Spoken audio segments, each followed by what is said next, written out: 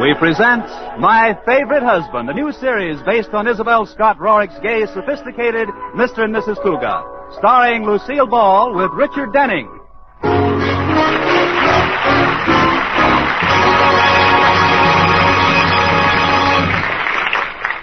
10 years ago, the town's most eligible bachelor, George Cugat, married socially prominent Elizabeth Elliott. The lavish wedding kept the society columns all over the country in copy for weeks. The New Yorker said, "The bride and groom were dressed to the nth degree of smartness. Best man was a polo pony." The Hearst papers said, "The bride and groom were dressed handsomely in attractive comment from guest Douglas MacArthur." And the Reader's Digest said, "The bride and groom were dressed." Well, after the honeymoon, George sold his polo pony, bought a stylish suburban home, took the first job that came along, 5th vice president of a bank. And now the Cugats are just George and Liz, two people who live together and like it. George says, "When I married Liz, she didn't know a thing about keeping house. She couldn't cook, she couldn't sew, she couldn't clean. But later she overcame this lack of domesticity in a most ingenious manner." Liz says, "I got a maid."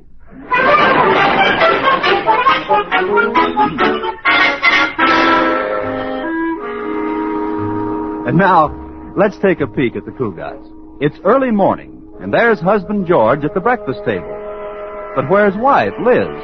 Oh, there she is, upstairs in the bedroom with Katie, the maid. Well, this is certainly unusual. Liz is getting into a formal evening gown. Let me check again. It's only 5 minutes after 9.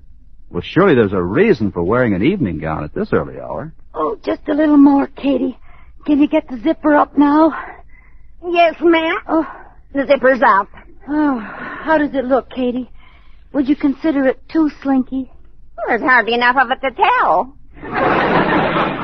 "If you'll pardon me, Mrs. Cugat, I've seen more cloth on a Roquefort cheese." "It isn't as skimpy as all that. Now, where's my corsage?" "Oh, here it is, ma'am." "I'll just pin it on here. No, maybe here. Oh, well, what's wrong, Mrs. Cugat?" "There's no place to pin it." "I'll get you a gown that has a little more to it, Mrs. Cugat. But then..." "Then what, Kitty?" "You are having your portrait painted today, aren't you?" "Yes." "Well, then maybe you'd better wear the gown you have on." "Why?" "Well, as long as you're paying for a portrait, you might as well have as much of you in the picture as possible." "No, Katie, we might move to Boston someday, and I wouldn't want my portrait banned." "Oh, here's a more sensible gown, ma'am.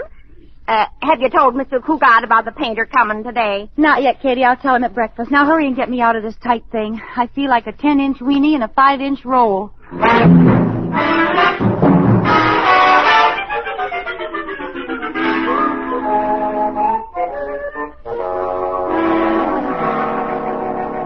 Good morning, George, darling. "Good morning, Liz. You're looking very..." George, what's wrong?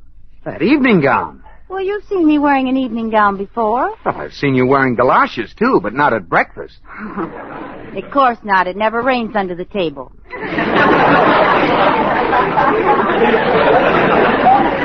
Darling, the reason I'm wearing this gown is because I'm going to have my portrait painted. The artist is coming this morning.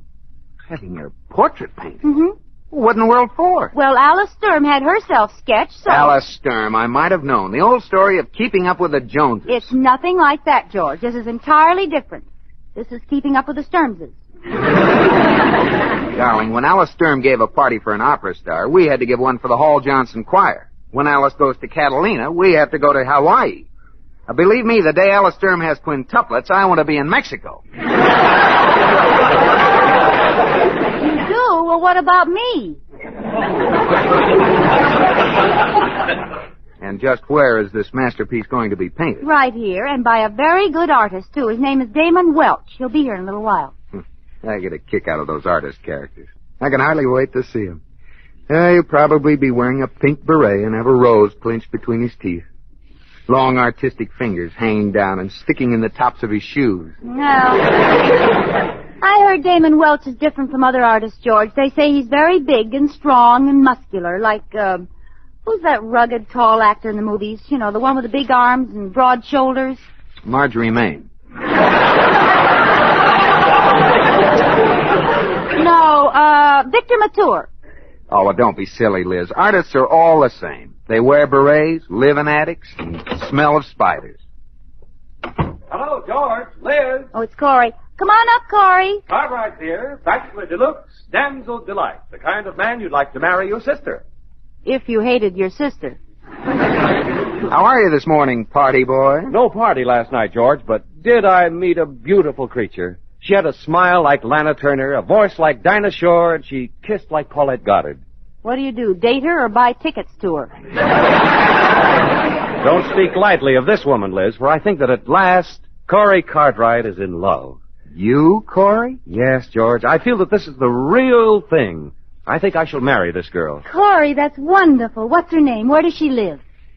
Darn, I knew I forgot something. Hey, Liz, I just noticed you're wearing an evening gown. Yes, do you like it? It's nice, but isn't this awfully late to be getting home? Oh. Liz is having her portrait painted, Corey. Some artist named Damon Welch is coming over this morning. Damon Welch. You've heard of him, Corey? Heard of him? That's all Alice Sturm talks about since he sketched her. I hear he has big blue eyes, curly hair, muscles galore, a tan complexion, and stands about 12 feet tall. Really now, Corey, 12 feet tall. Maybe it is a slight exaggeration, but I understand that before he painted portraits, he used to paint rooftops. Without a ladder. Well, anybody could do that if they had a long brush. Or a short house.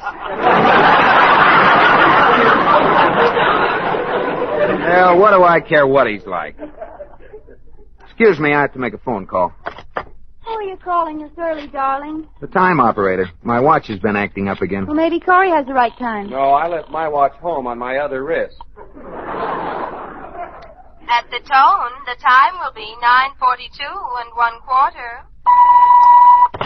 1/4. 9:42. Have to be getting down to the bank. Right with you, George. I have a luncheon date with a girl who was a gorgeous blonde yesterday, and I'm anxious to find out what she is today.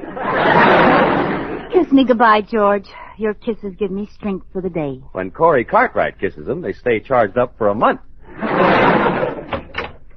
Bye, darling. Bye-bye, Liz. Bye. Are you really going to the bank today, George, or are you just faking? Huh? What are you talking about? With that Damon Welch coming to your house today, I figured maybe you're going to sneak out and hide in the garage. Oh, I'd forgotten all about it. Doesn't worry me in the least. It would if you heard what Holly Sturm calls that artist. Why, what does he call him? A weasel with an easel. Come on, get in the car, Corey. Hey, don't start the motor yet, George. The artist just pulled up in your driveway. Maybe we can get a look at it. Good. I'm still betting he has a rose between his teeth. He's getting out of his car. Holy mackerel, George. He looks like the Empire State Building with a turtleneck sweater. Oh, he's not so much. I bet he pads that sweater with cotton. If he does, he must have the whole plantation in Uncle Tom's cabin under there. Look at those shoulders, George, and that chest. Corey, it doesn't take much to have broad shoulders and a big chest. All you need are muscles. Let's go.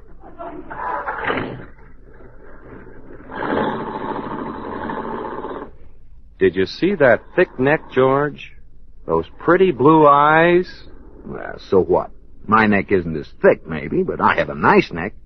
And look at my Adam's apple, Corey. Oh, that guy didn't have anywhere near the Adam's apple I have. Oh, if there's anything that'll keep a home together, it's a big Adam's apple.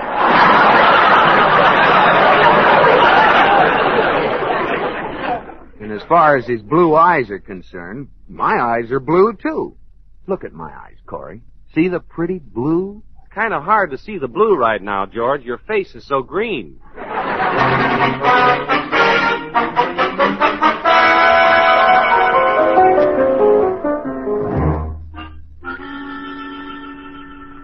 All right, woman, face to the left.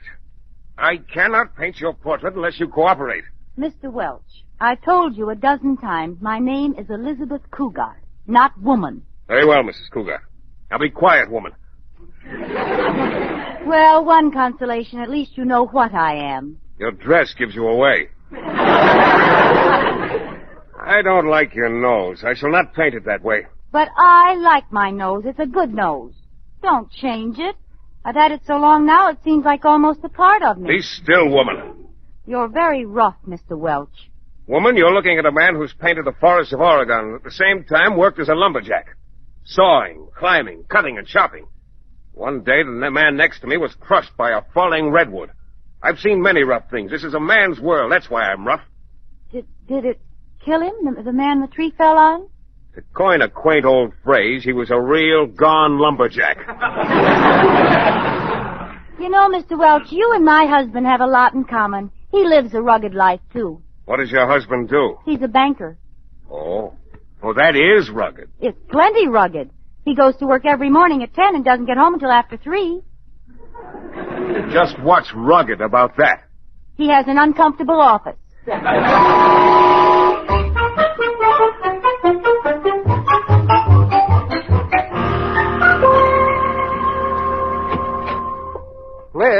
Liz, are you here? Oh, you're home early, darling. Hi, honey.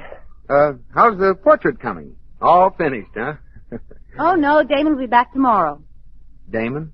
You call him Damon? Yes, now. He was terribly cold at first, but he warmed up.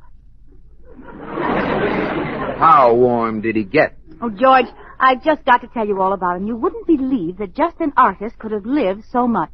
Too bad he lived so long. What'd you say, dear? Yeah, I said too bad he had to run along. You know, men certainly are misleading. Take Damon, for instance. There he is, an artist, but he's worked in the Oregon forest, and believe it or not, he's chopped down giant redwood trees. Well, I cut down the tree in the yard, the one that made the lawn so unsightly. That wasn't a tree, dear. That was a laundry pole. Well, it was a tree once. Did you notice Damon when you were leaving this morning? He came in right after you'd left with Corey. Yes, I think I did. He was struggling to get his car door open. Didn't seem to have much strength. A tall, unhealthy-looking chap, as I recall. A padded sweater. Damon? Oh, George, I don't think so. He's huge with big muscles and a terrific tan. Yes, Liz, but I'm sure that under that tan there's a naturally pale face. George, what are you looking for? Oh, nothing.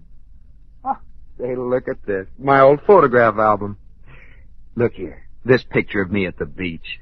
You noticed the muscles? Oh, yes. That was the day you and Jimmy Paterno and Howie Sturm and the whole gang made the human pyramid. Yeah. Takes a lot of strength to support all those men. Yes, it does. Look at my muscles. Oh, there you are, right on top. Oh, it takes a lot of strength to stay on top. There was quite a breeze that day. Here's the picture I like. You and me in a rowboat at Simmons Park. Look, your sleeves are rolled up. Say, your arms were pretty big. Of course. Of course. I can't remember why I was rowing. Well, I was saving my strength for the potato race. Are you sure you love me, Liz? Oh, silly. Of course I love you. Why shouldn't I love you? Kiss me. Feel those strong arms around you? Mm-hmm. I'm plenty strong, Liz. Way back in kindergarten, I used to beat up all the little kids. I'll just bet you still could.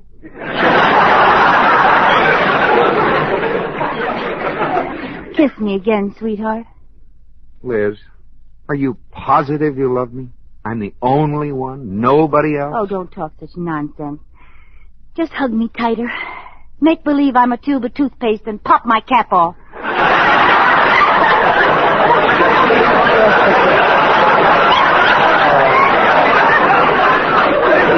Oh, that's swell. I feel great now. Oh, George, you know, I was thinking today, you don't have any hobbies. I believe I know of an interesting one for you. No hobbies? I have my bird collection. 6 starlings and a dicky bird. What did you have in mind? Why don't you take up painting as a hobby? Painting? Oh, Liz, I'm going to bed. Going to bed? Don't you want your dinner? I won't need any dinner. I'll just go upstairs, pull the covers over my head, and eat my heart out.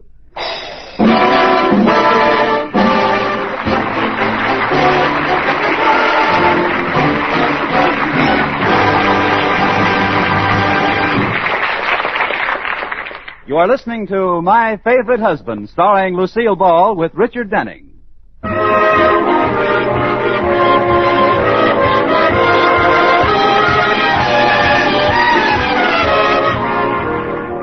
This is the story of my favorite husband, George Cugat, and his favorite wife, Liz, who, like most married couples, alternate in making each other first happy and then miserable. Well, at the moment, Liz is in the middle of having her portrait painted by the handsome and virile artist, Damon Welch. This makes Liz quite happy, and George quite miserable. Now George thinks this is quite wrong, and chances are he's quite right. And so he's decided it's quite time he did something about it. It's the next morning. Quite. George, darling, you aren't eating your breakfast. Oh, I'm not very hungry, Liz. Didn't sleep last night. I'm going to stay home today. Stay home? George, are you ill? Yeah, that's it. I'm sick. Awfully sick. What's wrong? Oh, I don't know, Liz. Maybe it's painter's colic. Painter's colic? That is, the inside of my mouth feels like a brush. I'd better call Dr. Buell. What do I want with a doctor? Well, you just said you were sick. Oh, yeah. Call a doctor. Oh, Damon. Katie! I saw him coming, Mrs. Cugats. Oh, good morning, Mr. Wells. Good morning, woman. Step aside and let genius enter. I wish he'd slammed the door on his genius. Good morning, woman. Good morning, Damon. This is my husband, George. You may just call me Man. George isn't feeling well, Damon. I'm going to call the doctor. What's wrong with him? He looks well enough. Trouble with you, Cugat, is that soft, decadent living has finally caught up with you. You should get out of doors, do some exercises. Run the mile, do some chin-ups, push-ups, chop some wood, mow the lawn, pull some weights. Tote that barge, lift that bale. Oh. Liz, call the doctor now. I'm worn out.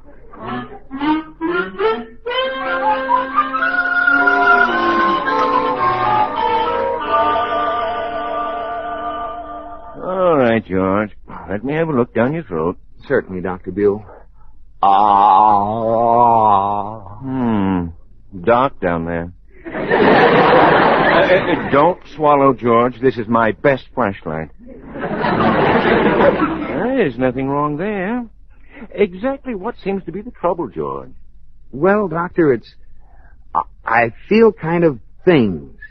First it starts, then it stops, then it goes again, then it backs up, and then it twists completely around.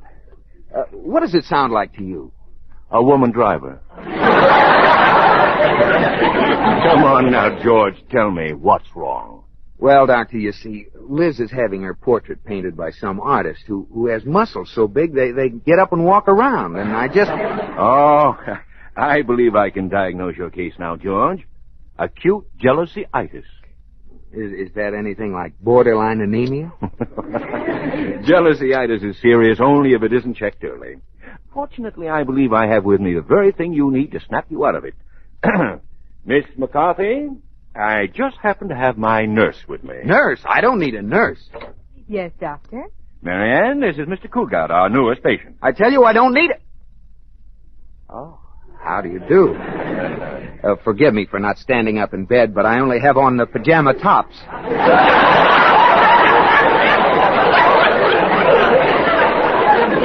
patient's ill enough to require a nurse, doctor? Well, he said he wasn't. What about it, George? Oh, I ain't long for this world.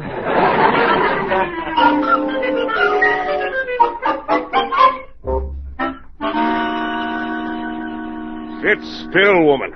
I cannot paint your portrait unless you relax. I don't make moving pictures, you know. Well, when are you going to paint in my hair? You still have me bald-headed. I don't like myself bald-headed. I look like my mother was frightened by Guy Kibbe.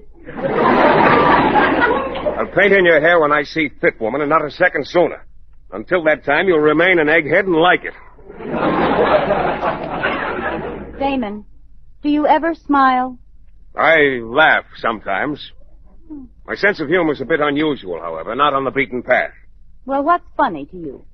Well, I laughed heartily when my friend Chadwick fell from the roof of the school in Paris. Did Chadwick see the humor in it? Oh, he screamed. Yes, I'll never forget it. Fractured half the bones in his body. Yes, he must have been all broken up.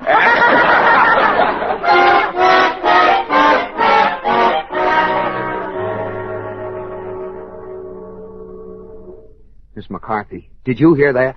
My wife and the painter were laughing down there in the study.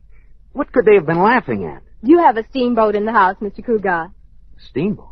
Well, of course not. Well, then they couldn't be laughing at Fulton. Oh, I'm serious, Miss McCarthy. I don't like them to be laughing. I'm going downstairs.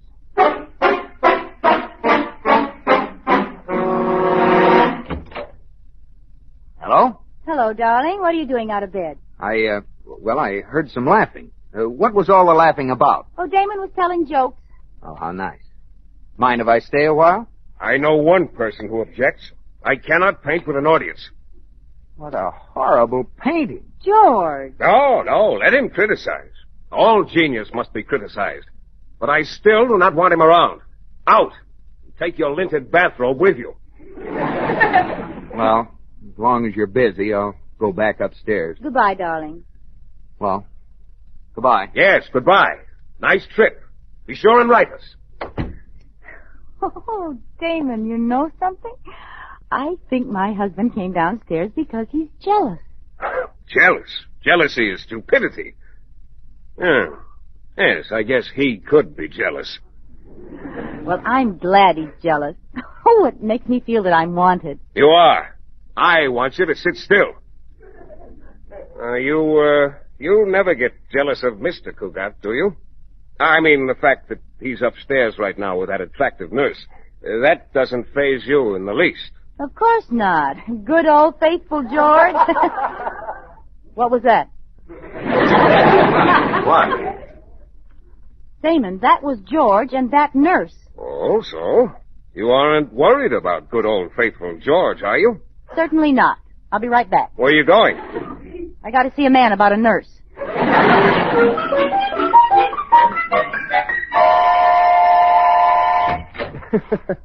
Hello. May I come in? Yes, Mrs. Cugat, but you mustn't stay long. I have a naughty boy on my hands, and I don't want him to get excited.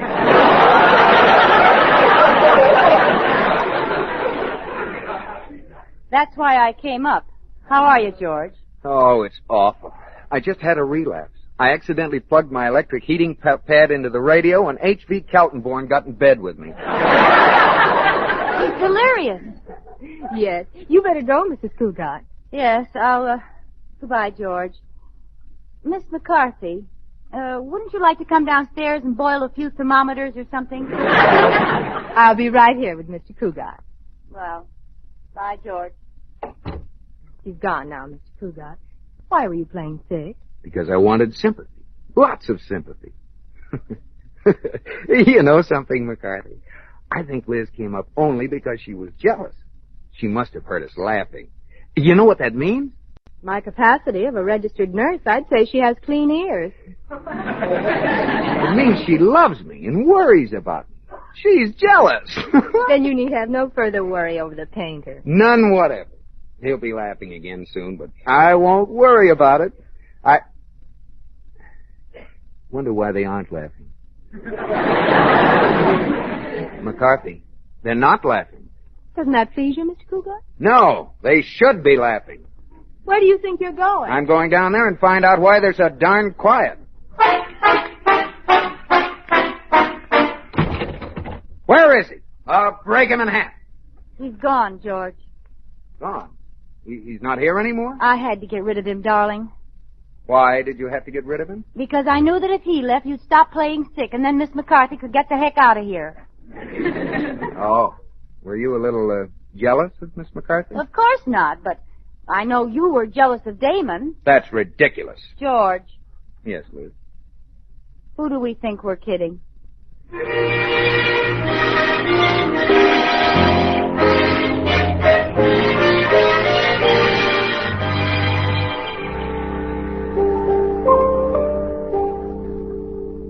So he left, huh, George? Yes, Corey. He left. And George was really very nice to him. How lucky you were, George.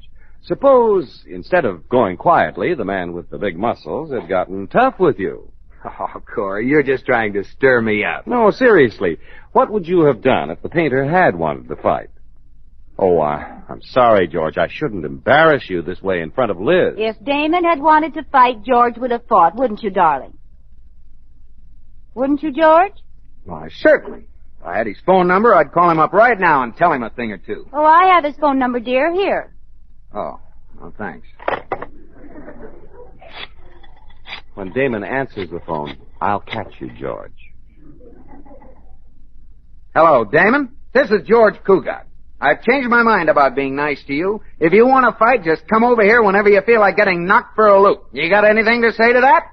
At the tone, the time will be 9:27 1/4. Well. George Cugat, kiss me. Kiss me this very instant. Why right now? Because you've got your dander up, and you're just dandy with your dander up.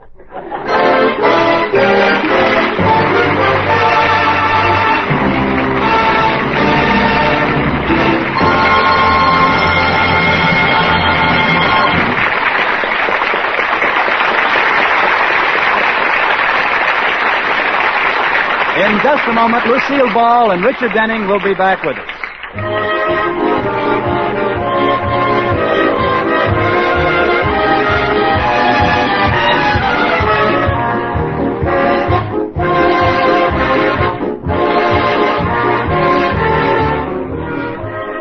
Here's a friendly suggestion that may mean a lot to your own happiness.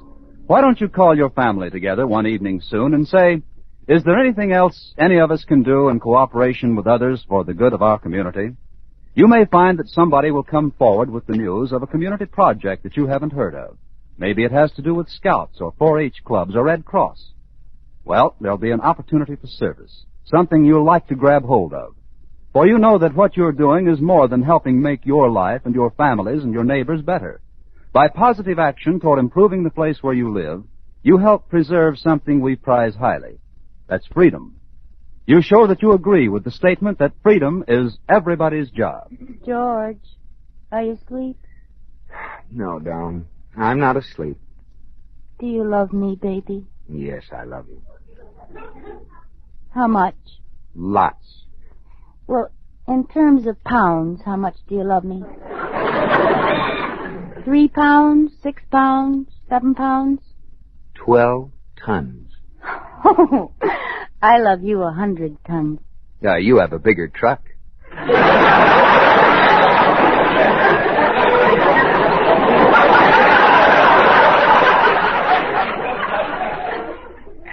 George, no matter what happens, will you still love me, even when I'm old? I'll still love you when you're old.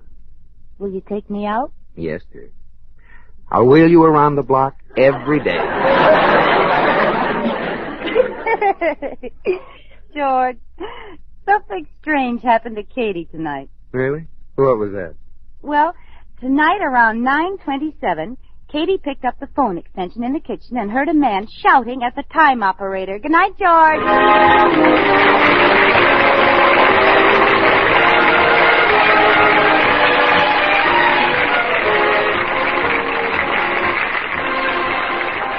My Favorite Husband has been presented through the worldwide facilities of the United States Armed Forces Radio and Television Service.